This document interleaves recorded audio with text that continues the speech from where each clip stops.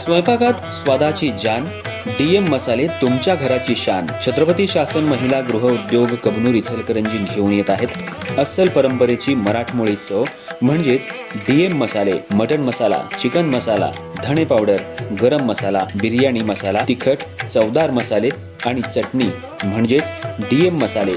तर आजच आपल्या जेवणाची रंगत वाढवण्यासाठी केमिकल विरहित डीएम मसाले, गृहिणींच्या मनातले मसाले आणि चटणी अवश्य वापरा. डीएम मसाले महिला बचत गटाद्वारे करणारे स्वच्छ माफक दरामध्ये म्हणजेच डीएम मसाले. संपर्क दिव्याताई मगदूम, मोबाईल 91 30 80 22 55.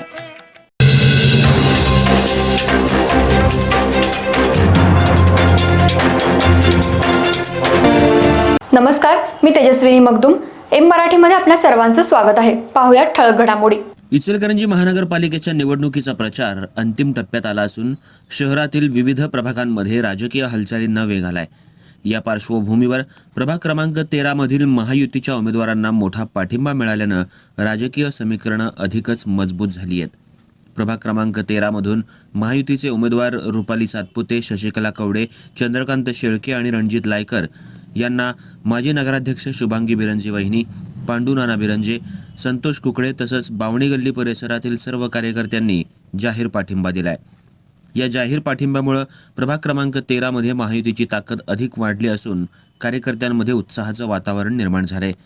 शुभांगी बिरंजे वहिनी यांनी सांगितलं की महायुतीचे हे उमेदवार सर्वसामान्य जनतेच्या प्रश्नांची जाण असलेले, विकासाभिमुख आणि प्रामाणिकपणे काम करणारे आहेत.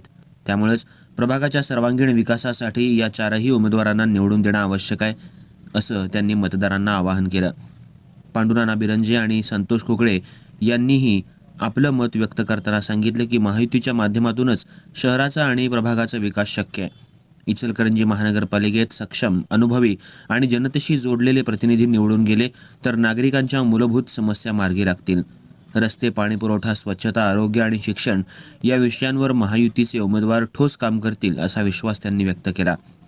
बावणी गल्ली परिसरातील कार्यकर्त्यांनी एकजुटीनं महायुतीच्या सर्व उमेदवारांना पाठिंबा जाहीर करत प्रभाग क्रमांक 13 मधून महायुतीचा विजय निश्चित असल्याचा दावा केला.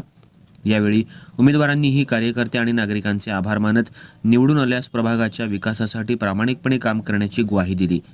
जाहीर पाठिंब्यामुळे महायुतीच्या प्रचाराला नवसंजीवनी मिळाली असून निवडणुकीत महायुतीचं पारडं जड असल्याचं चित्र दिसून येत आहे.